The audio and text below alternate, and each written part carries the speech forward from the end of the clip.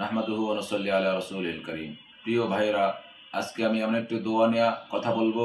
দোয়াটি একেবারে ছোট।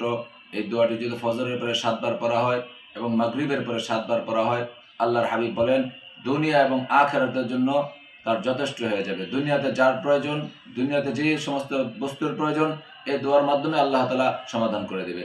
আখিরাতের মধ্যে যে জাতীয় বস্তুর প্রয়োজন, আখিরাতের মধ্যে যা যা প্রয়োজন, আল্লাহ রাব্বুল আলামিন এই ছোট্ট দোয়াটির মাধ্যমে আমার আখিরাতের জীবনের সকল বিষয়ের সমাধান আল্লাহ রাব্বুল আলামিন করে দেবেন। তো এই দোয়াটা একেবারে সহজ, একেবারে ছোট্ট। দুনিয়াতে ছেলের পড়াশোনার জন্য টাকা পয়সার প্রয়োজন, আল্লাহ রাব্বুল আলামিন ব্যবস্থা করে দিবেন। ব্যবসা বাণিজ্যের মধ্যে ঝামেলা, আয় উন্নতি হচ্ছে না, আল্লাহ রাব্বুল আলামিন ব্যবস্থা করে দিবেন। দুনিয়াতে বাড়ি গাড়ির প্রয়োজন, এই দোয়াটি পড়ুন, একেবারে ছোট্ট একটি দোয়া, ইনশাআল্লাহ আল্লাহ রাব্বুল আলামিন এটার মাধ্যমে ব্যবস্থা করে দিবেন।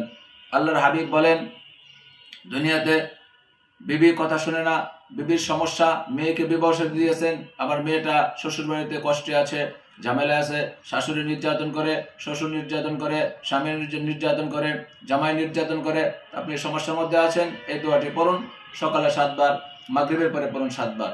এক কথায় দুনিয়াতে যত ধরনের ঝামেলাগুলো রয়েছে, সকল ঝামেলার জন্য আল্লাহর হাবিব বলেন যে এই দোয়াটি পড়ুন, কাফাহুল্লাহু মিন আমরিদ দুনিয়া ওয়াল আখিরা। দুনিয়া এবং আখিরাতের যত ধরনের সমস্যাগুলো আছে, যত ঝামেলাগুলো আছে, সকল ঝামেলা থেকে মুক্তি পাওয়ার জন্য, সকল বিষয়ে মুক্তি পাওয়ার জন্য, সকল বিষয়ে সমাধানের জন্য আল্লাহ হাবিব বলেন মাত্র ফজর নামাজের পরে পড়ুন ৭ বার, আর মাত্র মাগরিবের নামাজের পড়ুন ৭ বার। ইনশাআল্লাহ সব কিছু সমস্যার হল হয়ে যাবে।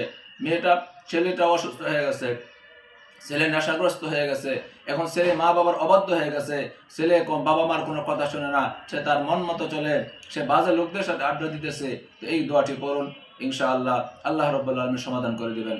মরার পরে কবরের যত ঘাটিগুলো আছে, কবরের যে মাসালাগুলো আছে, কবরের মাসালার জন্য এই দোয়াগুলো পড়ুন।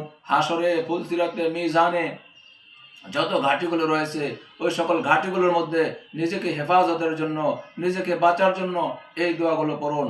কবরের অবস্থা, কবর, হাসর, ফুলসিরাত, মিজান অনেক কঠিন থেকে কঠিন হবে।